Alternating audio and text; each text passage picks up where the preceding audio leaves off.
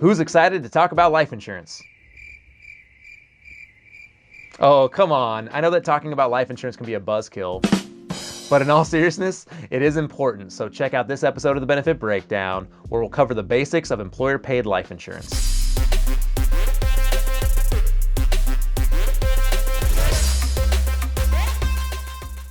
What's up, everybody? It's Brandon Huerta with Maniachi, and this is our open enrollment series. So if you like this video, be sure to check out the rest of the series on our YouTube channel. Public service announcement.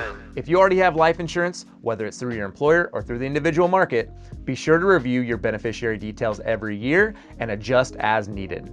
The worst possible thing that could happen is that you forget to adjust your beneficiary and your life insurance benefit goes to someone unintended, like an ex-spouse.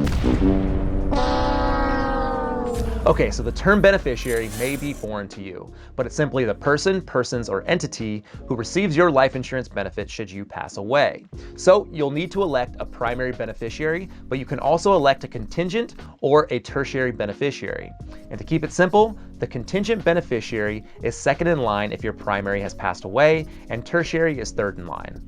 And for those of you who have a living trust or an irrevocable life insurance trust, you can elect those trusts as your beneficiary as well. Occasionally, we'll get the question of what to do if you don't have a trust or you don't have any close family members or relatives. So if you find yourself in this situation, you can always put my name down, but I'd recommend being a little bit more philanthropic and electing a charitable organization as your beneficiary.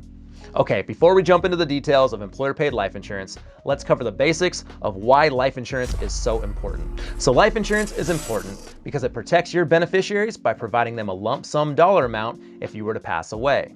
The idea is that if you were still alive, you'd be able to contribute towards certain expenses, for example, paying your mortgage or paying for children's college.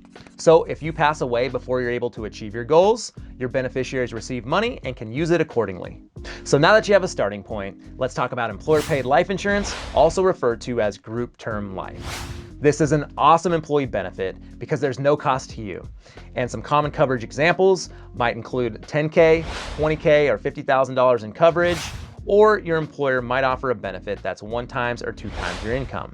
Now, if your employer pays for more than $50,000 worth of coverage, you might notice a small tax included on your paycheck because it's required by the IRS. Another feature that's usually tied to employer-paid life insurance is an AD&D benefit, which stands for accidental death and dismemberment.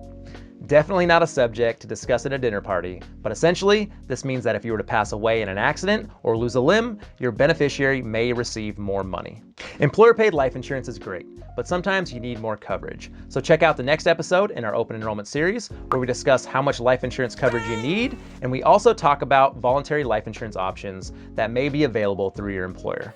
If you found this video helpful, share it with your friends and your colleagues, and check out the rest of our open enrollment series on our YouTube channel.